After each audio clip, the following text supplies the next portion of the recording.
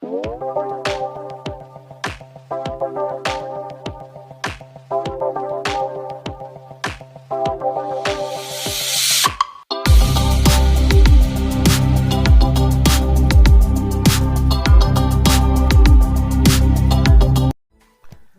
यो खालको भिडियो बनाउनको लागि चाहिँ सर्वप्रथम चाहिँ तपाईले आफ्नो क्यामेराबाट मोबाइल क्यामेराबाट चाहिँ यस्तो खालको भिडियो चाहिँ रेकर्ड गर्नुपर्ने हुन्छ।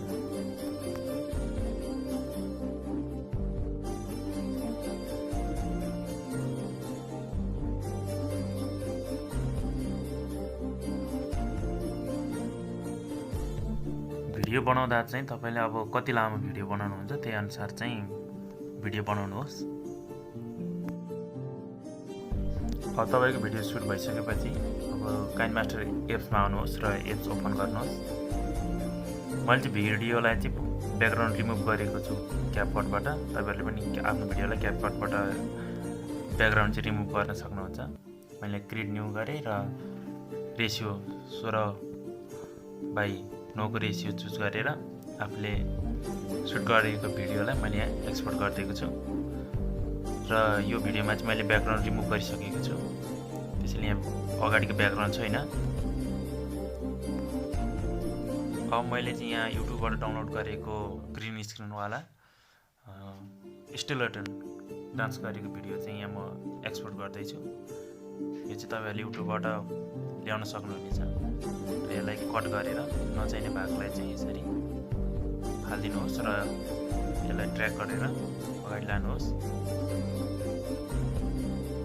यसरी ड्र्याग गरेर लगिसकेपछि तपाईलाई भिडियोको जुन भागमा फिट गर्न चाहनुहुन्छ त्यो भागमा लानुहोस् र क्रोमा कीमा गएर यसलाई ब्याकग्राउन्ड हटाइदिनुहोस् र यसरी हटाएर यो भिडियोको साइज मिलाएर तपाईले त्यहाँ फिट गर्नुहोस्।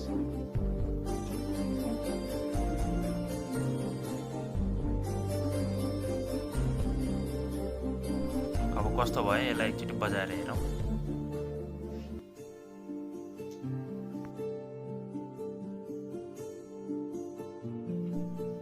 यसलाई चाहिँ सुहाउने तरिकाले फिट नहुन्जेलसम्म चाहिँ यसलाई एडजस्ट गरेर मिलाउनुहोस्।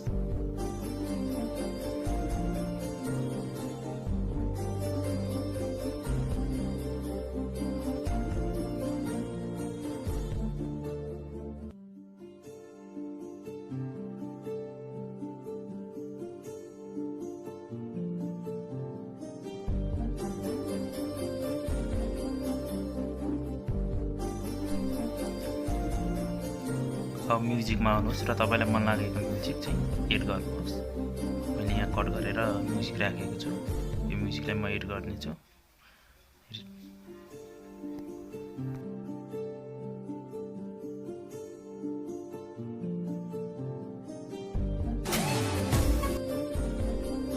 म्युजिक एड भइसकेको छ। यसरी तपाईहरुले प्ले गर्दै जानुहोस्।